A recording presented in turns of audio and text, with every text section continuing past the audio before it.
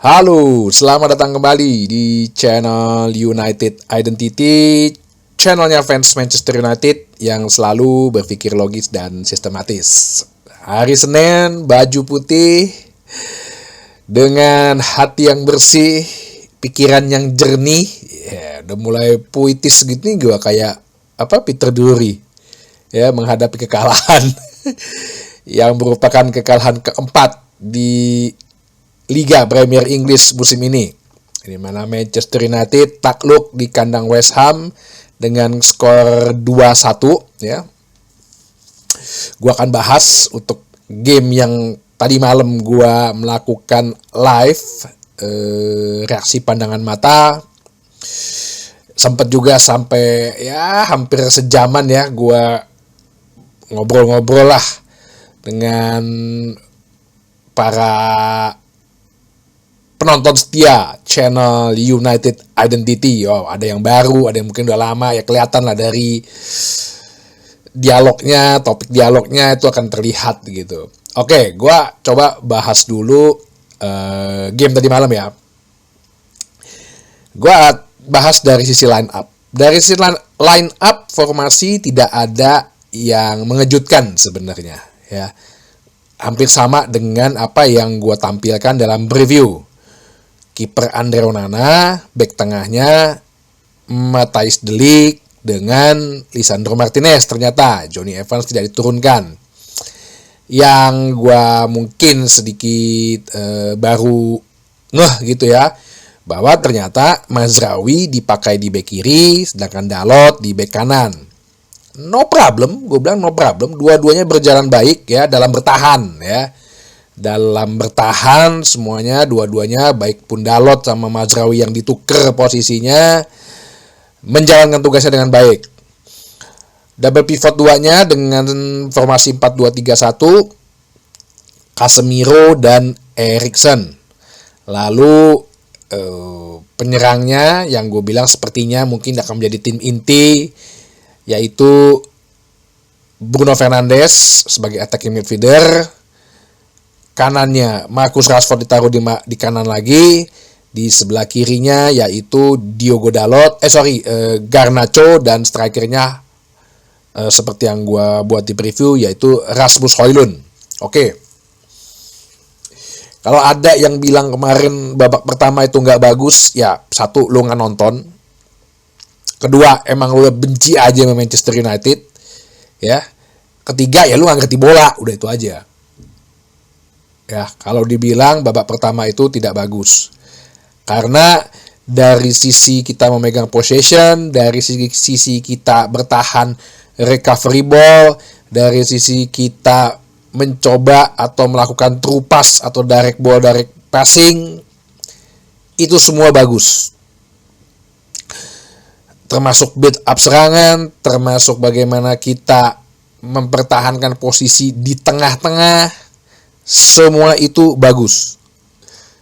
Tapi seperti yang selalu gue bilang, penyelesaian akhirnya ini yang selalu menjadi masalah. Problem yang sebenarnya udah hampir 1,5 tahun terjadi, yaitu kesulitan kita mencetak gol. Apakah memang ini adalah murni kesalahan pelatih atau kesalahan asisten pelatih yang tidak mengajarkan? Tercatat 7 big chance yang dimana 1 digagalkan oleh penyelamatan yang gemilang, yaitu sundulan Casemiro. 2 lagi dilakukan dengan penyelamatan yang soft menurut gua, itu juga karena si Højlund yang sudah berhadapan dengan kiper walaupun waktunya sempit ya. Terus kemudian Marcus Rashford yang juga udah berhadapan dengan kiper, kenapa dia tidak lob? Si Højlund juga nggak bermain simple gitu, malah nendangnya ke arah kiper. Dengan 4 big chance yang menurut gua terbagi atas 3 big chance dan 1 very big chance.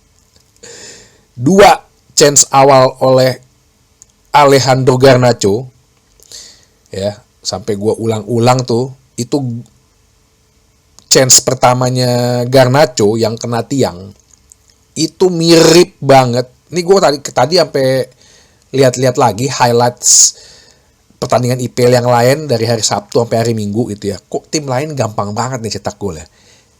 Itu gol yang chance pertamanya Garnacho yang tendangan kena tiang, sampai gue ulang, itu posisinya mirip banget dengan golnya Brighton lawan Wolves kemarin, Evan Ferguson. Tahu apa yang dilakukan Evan Ferguson?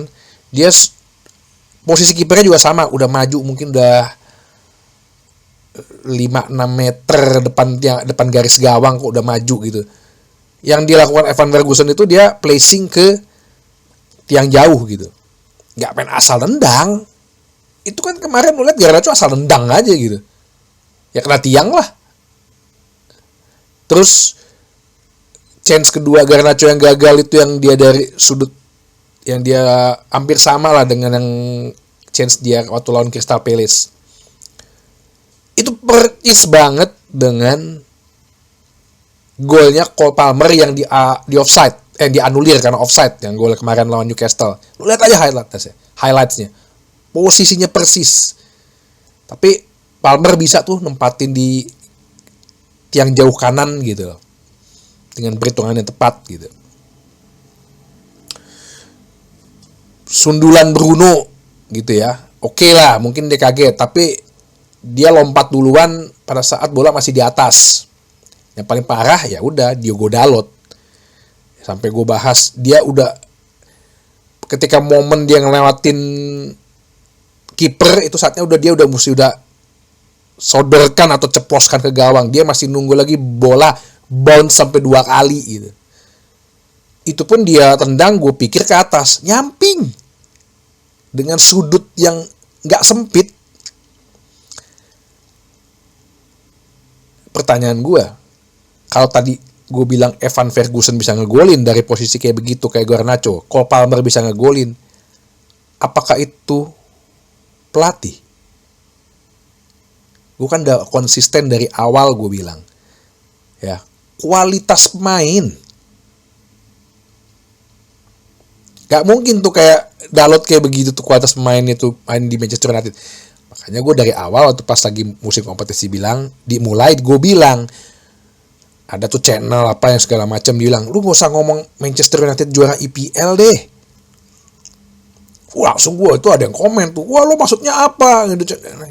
Menghina channel lain, channel ini maksudnya.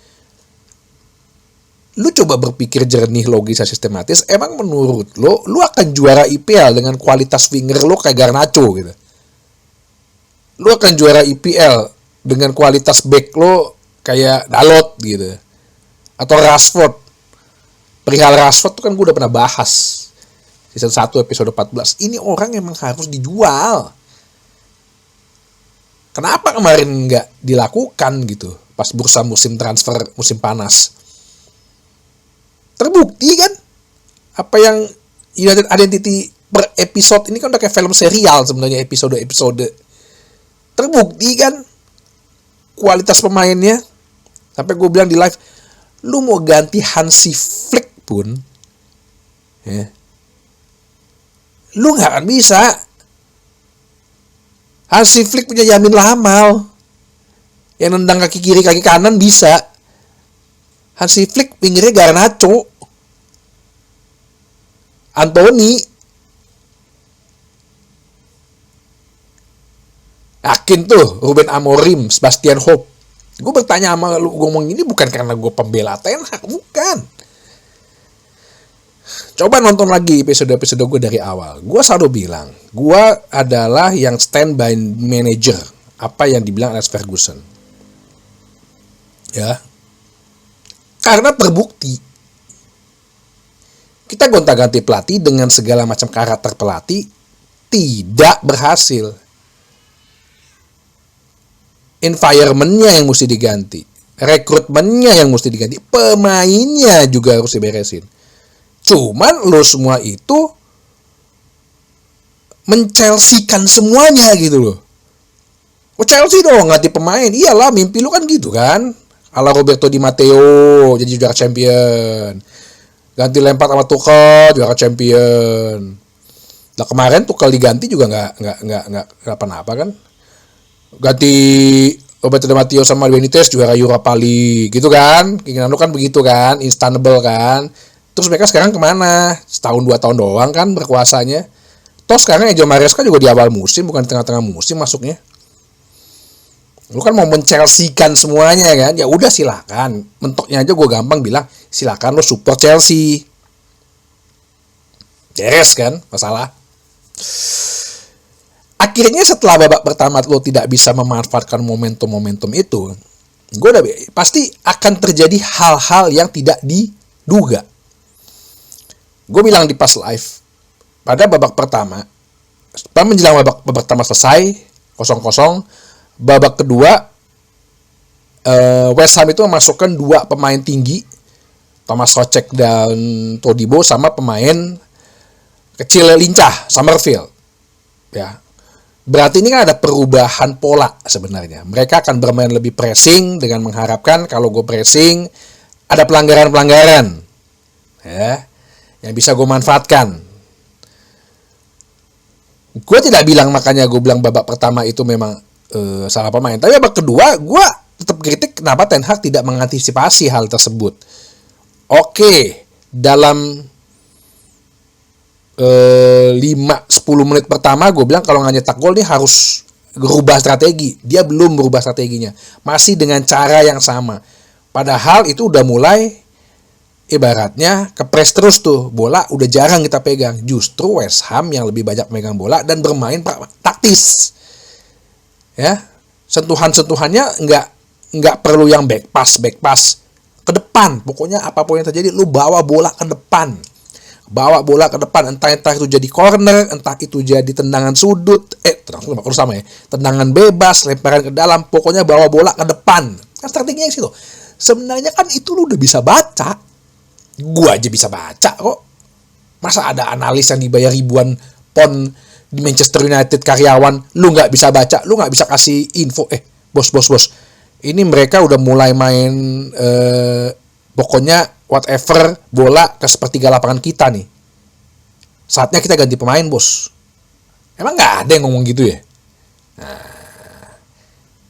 gue kalau di liga mungkin lebih kritis. Jadi jangan lu bilang gue segala macam penjilat Ten Hag lah, penjilat. Enggak. Dari zaman Ole pun, dari zaman Moyes pun gue tidak setiap orang ada yang ngomong pada saat pelatih masih ada yang ngomong pelatih lain, itu gue tentang. Zaman Ole, gue yang paling menentang Ten Hag. Mark Goldbridge saja tuh. Ada lagi kemarin yang komen dibilang gue lebih percaya Mark Goldbridge. Aduh.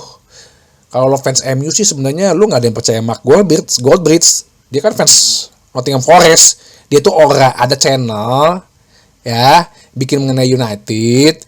Dia dibayar jadi host. Untungnya berkembang tuh channel. Itu awalnya. The United Stand itu channelnya dia. Gue percaya dengan logika, dengan sumber-sumber yang memang gue percaya dan terbukti gitu.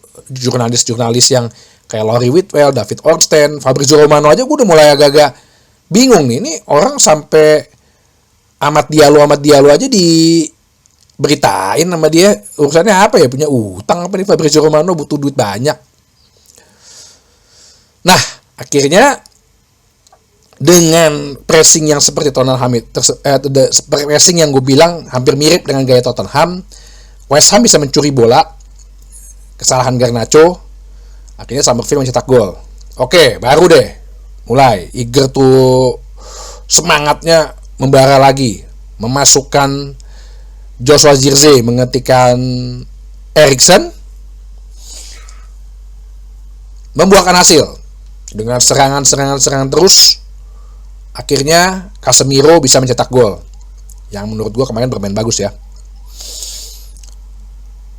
Lalu, inilah yang gue bilang, kalau kita tidak bisa memanfaatkan momentum-momentum di sebelumnya, lu jangan salahkan keadaan kalau tiba-tiba ada hal-hal aneh atau hal ajaib yang terjadi.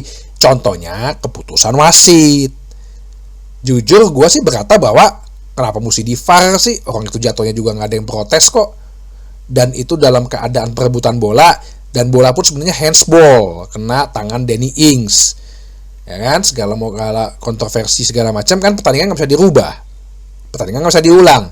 Kalaupun memang nanti ini ada protes dan ada kesalahan, ternyata PG Om L-nya berkata bahwa oh iya emang kita kesalahan, kan nggak bisa dirubah juga.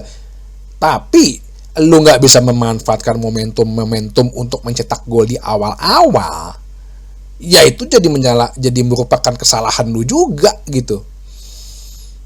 Jangan pemain. Gue tetap konsisten kan dari awal gue bilang dari channel ini pemain emang harus dirombak. Berkali-kali gue bilang ya udah Ten Hag, lu mainin aja pemain-pemain yang ada di era lu. Even pun termasuk Bruno Fernandes atau Rashford lo cadangin, silahkan. Coba kita pengen lihat 2-3 pertandingan. Kalau 2-3 pertandingan itu berhasil, terusin aja. Berarti bener dong, pemain-pemain yang bukan datang di era lo memang toksik, mesti dibuang. Seperti kata Ralf Rangnick. Tapi kalau dalam 2-3 pertandingan dengan pemain-pemain yang ada di dalam era lu juga nggak berhasil, that's mean emang lu nggak cocok di Manchester United secara level, secara kapasitas. Udah kan? Itu kan yang selalu gue dengung-dengungkan. Sampai injury time 12 menit kita tidak bisa mencetak gol. Serangan yang begitu-begitu aja. Udah selalu dari kiri. Rashford juga tidak bermain bagus. Entah kenapa konsistensinya hilang. Itu yang gue bilang, mendingan orang dijual dari awal. Kalau bicara rating, gue kasih Andre Onana 7. Dalot gue kasih sebagai bek kanan itu 4,5. Mazraoui yang akhirnya diganti ini cedera lagi, nggak ada bek kiri kita ya, 6,5.